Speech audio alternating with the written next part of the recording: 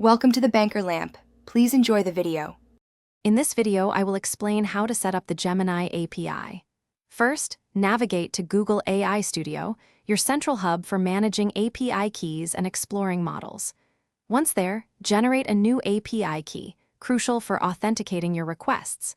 Next, install the appropriate client library for your chosen programming language, like Python or Node.js. This foundational setup ensures you can start building with Gemini quickly and efficiently. Securing your API key is paramount. Never embed it directly in your code. Instead, use environment variables to keep it safe from public view.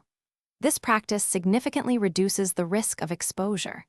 Remember to rotate your API keys regularly, perhaps every 90 days, to maintain a strong security posture.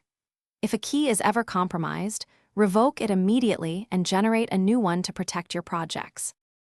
Now, let's make your first API call. Begin by initializing the client library in your code, passing in your securely stored API key. Then, craft a clear and concise text prompt that you want the Gemini model to process. For example, ask it to summarize a topic or generate creative text.